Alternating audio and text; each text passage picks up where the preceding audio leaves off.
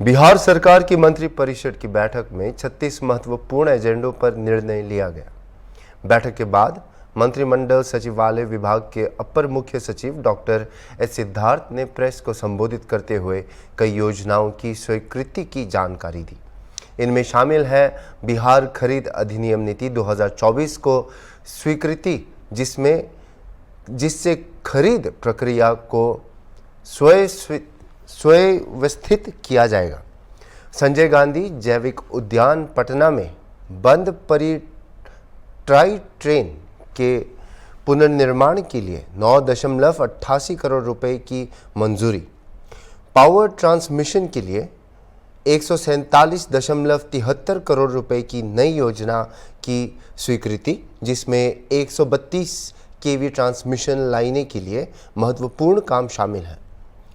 जलापूर्ति योजनाओं के लिए 3,611 करोड़ रुपए की योजना की स्वीकृति, जो 583 ग्रामीण वार्डों में जलापूर्ति की गुणवत्ता सुधारने में सहायक होगी। राजकीय अभियंत्रण महाविद्यालय जमुई में नए छात्रावासों और भवनों के निर्माण के लिए 70 करोड़ रुपए की स्वीकृति। सुपौल जिले में उपकार भवन के निर्माण के लिए 39.45 करोड़ रुपए की प्रशासनिक स्वीकृति। पावर ट्रांसफार्मर की स्थापना के लिए 123.44 करोड़ रुपए की नई योजना की स्वीकृति। इन निर्णयों से राज्य में विकास की दिशा में कई महत्वपूर्ण कदम उठाए गए हैं। बने रहिए हमारे साथ और हम आपको इन योजनाओं की पूरी जानकारी और इस वीडियो जिसमें उन्होंने प्रेस को संबोधित करते हुए सब जानकारी दी है, इस पे एक नजर डालते हैं। इस पॉलिसी के अंतर्गत जो बिहार में उत्पादन किए जाने वाले कंपनियां हैं, सर्विस प्रोवाइडर्स हैं, उनको प्रोक्योरमेंट और सप्लाई में अधिमानता देने का निर्णय सरकार ने लिया है। इस नीति के अंतर्गत यदि जो बिहार की कंपनियां हैं, यदि L1 जो न्यूनतम दर में से 15% के मार्जिन में अगर बिड करती हैं, तो ये निर्णय हुआ है कि जो L1 रेट पे उन्हें 25% का ऑर्डर दिया जाए।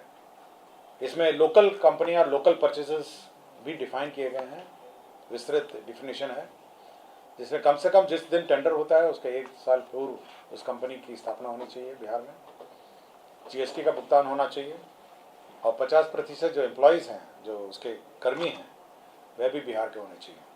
दूसरा एक एजेंडा है, यह संजय गांधी जैविक उद्यान है, आपके पटना जू जिसका कहा जाता है।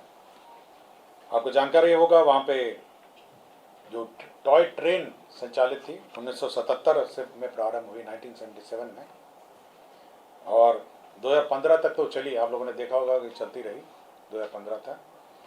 अब उसको पुनर्जीवित करने का निर्णय लिया है। ये करीब 3.7 किलोमीटर का रेल की जर्नी होगी जू के अंदर, और ये भारतीय रेल का दानापुर रेल मंडल, जो पूर्वी मध्य रेल है, वो इसका निर्माण कराएगा और इस पर खर्च होगा 9.88 करोड़ रुपए। रेल मंत्रालय को जो दानापुर रेल मंडल पूर्वी मध्य रेलवे है, उसके माध्यम से कराया जाएगा। पर्यटन विभाग का एक प्रस्ताव था, जिसमें बिहार राज्य अंतर्गत पर्यटकों की सुविधा हेतु मुख्यमंत्री home stay bed and breakfast प्रोत्साहन योजना 2024 की स्वीकृति दी गई। आपको जानकारी होगी, जब आप अन्य राज्यों में जाते होंगे तो लोग अपने घरों में भी गेस्ट हाउस बनाए हुए हैं। उसी तर्ज पर बिहार में भी विभिन्न शहरों में जहाँ पे भी टूरिस्ट प्लेस हैं, वहाँ पे home stay bed and breakfast व्यवस्था विभिन्न आवास घरों में कायम करने हेतु बिहार में भी यह सुविधा होगी। इनके एक रजिस्ट्रेशन की प्रक्रिया है कि कैसे रजिस्टर करेंगे, कैसे वेबसाइट में ये उपलब्ध होगा, क्या क्या सुविधाएं इनको देनी पड़ेंगी। कम से कम इनके पास, प्रोमोटर के पास बेड्स होंगे, और साथ ही साथ सरकार जो मापदंड है जो निर्धारित की है, उसको पूर्ण करने पर जो ऋण लेंगे उसका 2.5 लाख रुपए जो ऋण का इंटरेस्ट है वो सरकार रिम्बर्स करेगी। तो ये एक महत्वपूर्ण योजना है, जिसमें आप जो भी हमारे घर हैं, जो आवासीय घर हैं टूरिस्ट प्लेसेस के पास, जिसमें जिनका एक कमरे से या अधिकतम 6 कमरे होगा, जिसमें 2 बेड से लेके 12 बेड होंगे, मतलब कम से कम आपसे एक कमरे से 6 कमरे होने चाहिए और 2 बेड से लेके 12 बेड होना चाहिए। आपको ब्रेकफास्ट की सुविधा होगी, बेड की सुविधा देनी होगी और इसका निबंधन होगा ताकि टूरिस्ट को ये पता चले कि कहाँ बेड एंड ब्रेकफास्ट व्यवस्था संचालित है। तीसरा ये है कि विभिन्न जो राज्य पथ हैं, राष्ट्रीय राजमार्ग हैं, राजकीय उच्च मार्ग हैं, पथ निर्माण विभाग, ग्रामीण कार्य विभाग है और विभिन्न सड़क जो है उस पर स्पीड लिमिट निर्धारण करने के लिए राज्य सरकार ने परिवहन विभाग को प्राधिकृत कर दिया। इसमें जो मोटर व्हीकल एक्ट में उसमें प्रावधान है कि राज्य सरकार उसका जो स्पीड लिमिट है निर्धारित करेगी। राष्ट्रीय राजमार्ग, राष्ट्रीय उच्च मार्ग, पथ निर्माण विभाग, ग्रामीण कार्य विभाग। तो राज्य सरकार ने स्पीड लिमिट निर्धारण के लिए एक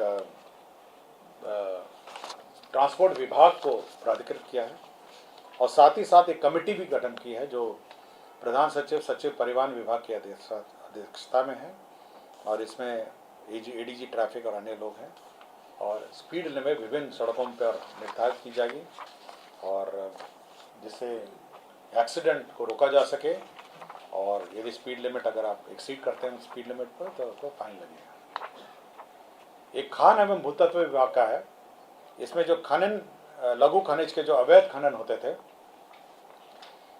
उसमें जो सूचना देते हैं, जो सीक्रेट गोपनीय सूचना देते हैं, उनको पुरस्कार देने की योजना है। मतलब आपको याद होगा जब ट्रैक्टर पकड़ाता है अवैध खनन का तो 25,000 का शुल्क लगता है और ट्रक पकड़ाता है तो 2 लाख से लेकर 4 लाख का उसको फाइन लगता है। तो जो सूचना देगा, जो गोपनीय सूचना देगा फ़ोन करके कि देखिए यहाँ पे अवैध खनन हो रहा है, ये ट्रक मतलब अवैध ट्रैक्टर है या अवैध ट्रक बालू लेके जा रहा है, ये जो सूचना है, तो ट्रैक्टर की अगर सूचना देगा तो 5,000 रुपये उस सूचना देने वाले को गोपनीय रखी जाएगी, लेकिन 5,000 रुपये दिया जाएगा। और जो बड़े वाहन हैं, जो ट्रक है, उसमें 10,000 रुपये उसको सूचना